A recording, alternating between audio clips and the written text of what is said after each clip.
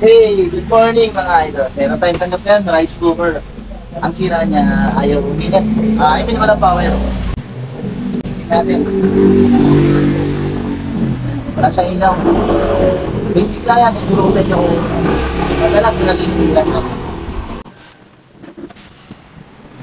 Ito yun. Thermal fuse. Yung ganito. Tanggalin natin. Yan.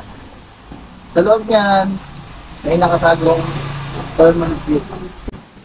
250 volts, 10 ampere, 180 degrees Celsius. Siyempre, same din ang kakabit natin.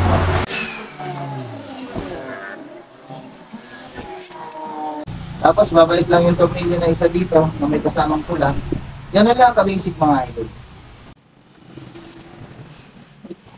Testingin na agad natin. Oh, nahilaw na siya. Okay na siya. Ganun lang siya ka-basic.